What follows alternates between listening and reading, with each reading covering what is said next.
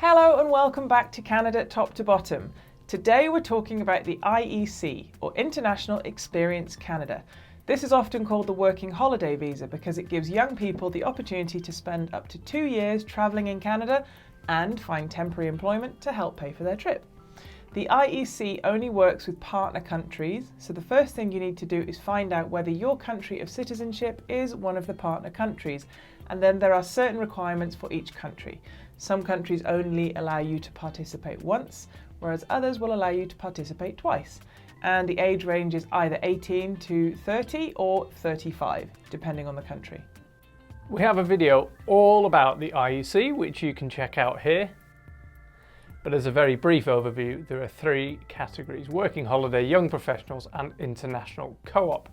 Now, the working holiday category is by far the most popular and most competitive, as it's the only one which doesn't require a job offer and allows you to travel freely around the country on an open work permit with the option of working for almost any employer in Canada. We've put a link to the IEC page in the description box below, so check it out if you would like to learn more about the IEC and find out whether you would be eligible. Work permits under the IEC are valid for either 12 months or 24 months, again depending on the country, which is understandably a very popular way for young people to come to Canada, explore this wonderful country and gain some valuable work experience at the same time. It's easy to see why a lot of people who have the opportunity to participate in the IEC love Canada so much that they don't want to leave. And this is what we're going to talk about today. Immigration rules for Canada are extremely strict, and it's a serious offence to overstay your welcome. When you receive a temporary resident visa of any kind, whether it's a work, study or visiting visa, it will have a validity date on it and you must leave Canada before this date. Otherwise, you may find yourself in big trouble.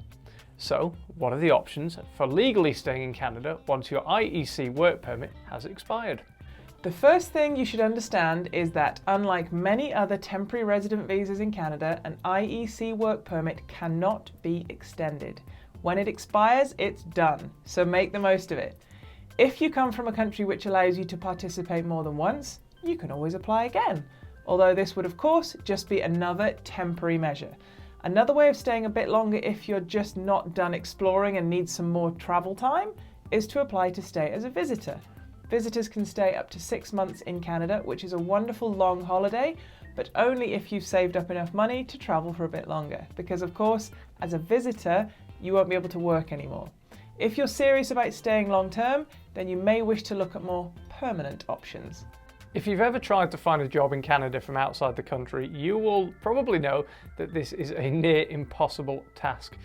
Finding an employer who is willing to hire a foreign worker who doesn't yet have valid status in the country is extremely tricky, which is one of the things that gives IEC participants a huge advantage. If you are already taking part in the IEC, you are already in Canada on a valid work permit, meeting employers, networking, and probably already working. If your employer is impressed with you, then they may be able to offer you a job which is supported by a Labour Market Impact Assessment, or LMIA. This would allow you to apply for a work permit through the Temporary Foreign Worker Programme or the International Mobility Programme. Applying for a study permit could also be an option for staying in Canada a bit longer. This is one of the more expensive pathways, as the tuition fees for international students are high. But if funds allow it, then staying in Canada to study is a great way of gaining extra points and adding some more Canadian experience to your resume. In general, you must apply for a study permit from outside Canada, but in a few select circumstances, you are allowed to apply for one from inside the country. One of these circumstances is for those who already are in Canada on a valid work permit. So if this is something which may interest you, plan ahead and make sure you apply in advance. You will need to submit your application well before your IEC work permit expires. Depending on the length of your programme, you will likely be eligible to apply for a postgraduate work permit after you've finished studying, allowing you to gain even more invaluable work experience. With this, your options for permanent residence open up even more. You can get more information on applying for a study permit by clicking the link in the description box below. The most permanent solution would be to apply to immigrate to Canada as a permanent resident. This means that there would be no longer any restrictions on the amount of time you can stay. You can stay in Canada for the rest of your life. There are a whole array of different options for this, with the most popular being the express entry system, or a nomination from one of Canada's provinces. Express entry is for applicants who have skilled work experience, a good education and a reasonable language level of English or French. And a provincial nomination could be a great option for those who have a specific skill or whose employer has the means to support their application and who wish to stay and settle in the province that they are currently working in. The majority of Canadian immigration programs are points-based, and as it stands, the general rule is that if you have enough points, you will be selected to apply for permanent residence. This may change in 2023 with the introduction of targeted draws, but we are all waiting to see what will happen there.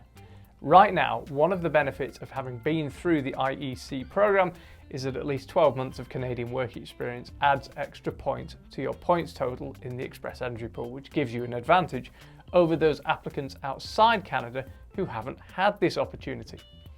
This work experience may also make you eligible to apply for the Canadian Experience Class category, which is only available for those candidates who have gained a year's worth of work experience in Canada. So, there are your options for staying in Canada after your IEC work permit has expired. Having taken part in the IEC program by no means gives you direct access to staying in Canada permanently, but it certainly gives you some added advantages. And best of all, allows you legal entry to Canada for a temporary period, which opens up many more options for staying in Canada longer. Have you participated in the IEC, or is this a program which interests you? Let us know in the comments below, and we'll look forward to seeing you next time.